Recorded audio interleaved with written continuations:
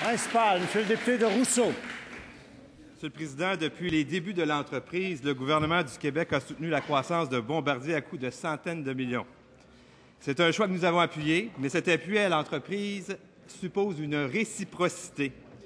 Hier, dans le dossier des voitures du métro de Montréal, Bombardier a reconnu vouloir construire une partie des voitures aux États-Unis en sous-traitance. Ce choix de Bombardier est inacceptable. Le Québec a encore une fois donné beaucoup à Bombardier. Le contrat a été attribué sans les avantages d'un appel d'offres et une loi spéciale a été adoptée pour mettre ce contrat à l'abri des poursuites. Dans ce contexte, la chose normale, c'est que Bombardier construise les voitures du métro de Montréal au Québec.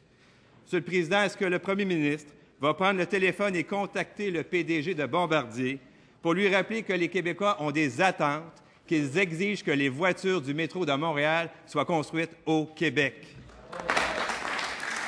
Monsieur le ministre des Transports. Monsieur le Président, dans ce dossier-là, le leadership du gouvernement a conduit au dépôt du projet de loi 116. Le projet de loi 116 a été présenté le 6 octobre 2010. Il a été adopté le 7 octobre et il a été sanctionné le 8 octobre. On ne peut pas dire que c'est un dossier où le gouvernement n'a pas fait preuve du leadership nécessaire pour assurer que les voitures du métro soient construites ici au Québec. Tout le monde a participé à ça. Les conditions prévoient que le contenu minimal canadien doit être de 60 %. Et à l'heure actuelle, Bombardier et Alstom se conforment exactement aux dispositions du contrat.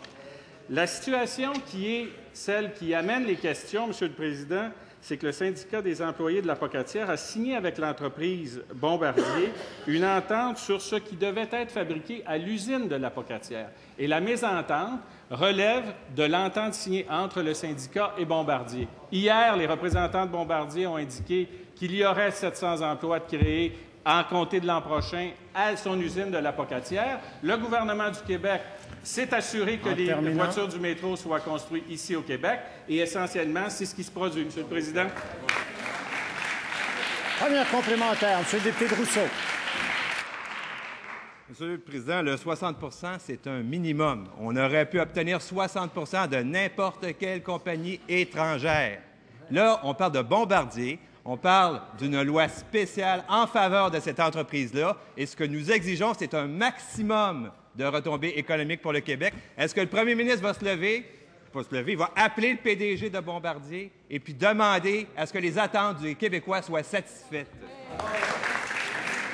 Monsieur le ministre des Transports. Monsieur le Président, je ne sais pas si c'est la nouvelle façon de faire de la politique.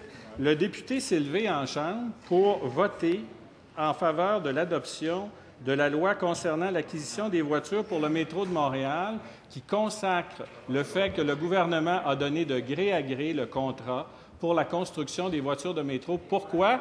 Pour assurer l'économie régionale de la région de l'Apocatière, pour assurer que les travailleurs du Québec aient des contrats et pour assurer que le métro du Québec soit fait ici au Québec. C'est ce qui se produit. Est-ce que vous êtes en train de changer votre vote pour le projet de loi que nous avons sanctionné?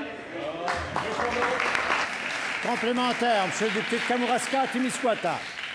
Monsieur le Président, le 5 mars 2006, je marchais à l'Apocatière avec les 4000 personnes venues appuyer l'octroi du gré à gré du contrat de métro de Montréal à Bombardier.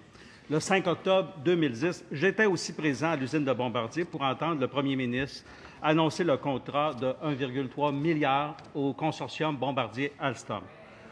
Pourquoi le gouvernement, au fond, aujourd'hui, refuse-t-il des retombées encore plus importantes pour les travailleurs de ma région en laissant aller comme ça la sous-traitance aux États?